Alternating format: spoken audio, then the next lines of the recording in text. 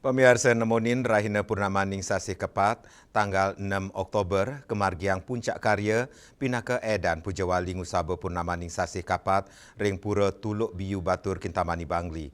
Inggian ring Edan Puncak Karya, kemargiang upacara Mepepada Agung.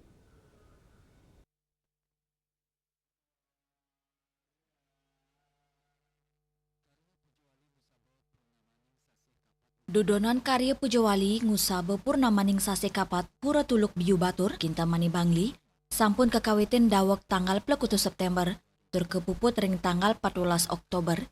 Puncak karya puniki kerauhin penyuan umat Hindu antuk ngaturang bakti majeng ide Batara.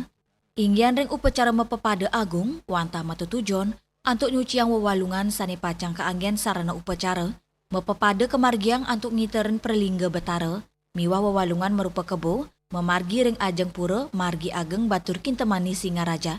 Penyuan kramaning ngiringang upacara inucap sakeiring suaran gamelan beleganjur. Wenten taler pengiring saking sawatara kelompok sekadi pecalang desa, PKK, krama sane munut pralingga ide Betara, pemangku miwa kramane.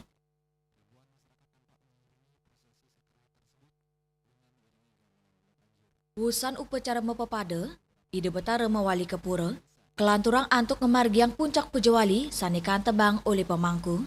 Pujawali Pura Tuluk Biu Batur Parayangan Agung Puncak Agung Abang kepuput antuk ngaturang pengobaktian sinarengan.